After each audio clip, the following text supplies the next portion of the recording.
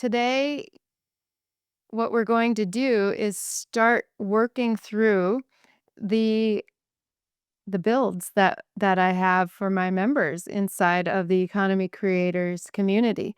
So I really want you to go through a couple of these so you get a taste of getting started on building your economy and then seeing what it's like to be in there, because what we really want to focus on is establishing what this economy looks like for you. Now, before we get to the first build, I want you to know where I'm coming from, where my economy used to be. It was around gymnastics. It was an economy that I built it around gymnastics. I was a gymnast since the age of 5 all the way to 37. I didn't do gymnastics that whole time, but I was a gymnast ever since I was 5, and I was competitive until I was through college and when I was 22, and then I started coaching. And then I opened a gym, and then I wrote gymnastics books, and then I choreographed routines, and even though I was a lobbyist, I still choreographed routines and coached on the side. So I was always a gymnast. And so my economy was built around that. And what that did was burn me out because that was the only thing that I had time for. And even though my family owned the gym with me, my husband and I opened it together, we were tied. We were tied to that building. We were tied to that location. The only vacations we took were with 12-year-old girls to Las Vegas. That's the only time I've been to Vegas, Jarrell, is when I was there coaching meets with 12-year-old kids, right? So the vacation things didn't happen. And so I found myself at a stoplight bawling because I felt so trapped in a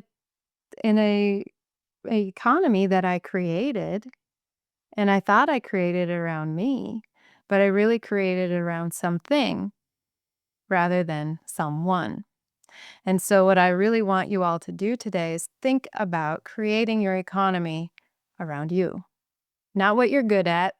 Yes, add that in there, but that doesn't define you, just like gymnastics didn't define me. So what we're really going to do is think beyond money, but we're also going to include the stuff that brings in money, because that's important too, because that allows if I didn't bring in money, I wouldn't have horses, right? And so we need the money to bring in the things that we love so we can continue to grow and build ourselves. So what I would really love you to do is a mind map, but it's so easy, you can just draw it. This is how simple it is, just a little mind map. So what you're going to do is you're going to put your name, or yourself, however you want to do it, in the middle. And then you're just going to identify all the things that are currently in your economy right now. I really want you to just focus on, what do you spend your time on? What do you spend your energy on?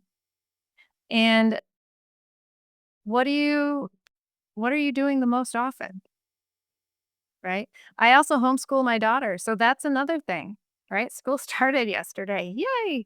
And so what are the types of things you do for work? What are the types of things you do with your family? Do you love to travel? What is your health situation? Are you vibrant? Are you healthy? Or do you spend too much time in the doctor's office? What are your hobbies? How about your relationships that are important to you? What types of community do you have around you? What skills do you have, or the knowledge that you currently have, the assets that you have? So by asset, I mean, what books do you have you written?